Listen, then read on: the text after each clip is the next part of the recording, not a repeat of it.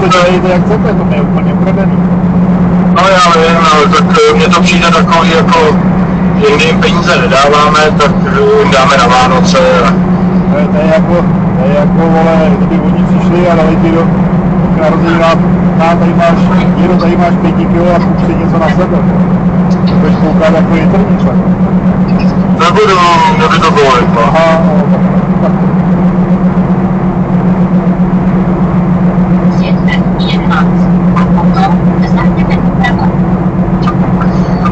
Tak nalevo, víš co, nevíš, co máš koupit, vole, takhle oni si koupí, co chtějí a ale děti taky. Takhle, už mi to vysvětloval několikrát, už mi to vysvětloval.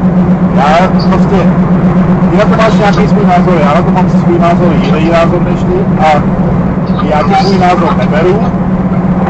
Já bych teda jim radši, ne, já nebudu říkat, co bych já radši, já prostě bych, mně to přijde hrozně neosobní, to je jako, vole, nevím, mně to přijde jako neosobní a pak najednou mi přestanete dávat peníze a budu tak ty, oni už nám nedají ani prachy, to je takový.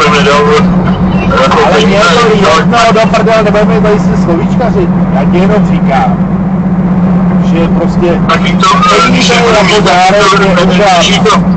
když nebudu mít peníze, tak jim to vysvětlím, že nemám peníze. Ale prostě ty by si měl něco vysvětlovat, že někomu nedáš dárek. Ty co to jako je, tyhle. Ty mě tady poučíš o tom, že jak já přistupuji k mladýmu, ale jak přistupuješ k tomu ty, ty vole. To je úplně to samé. Akorát, že ty máš možná schopnější děti. Zatím.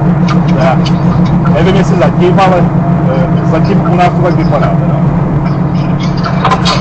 Úplně schopnější.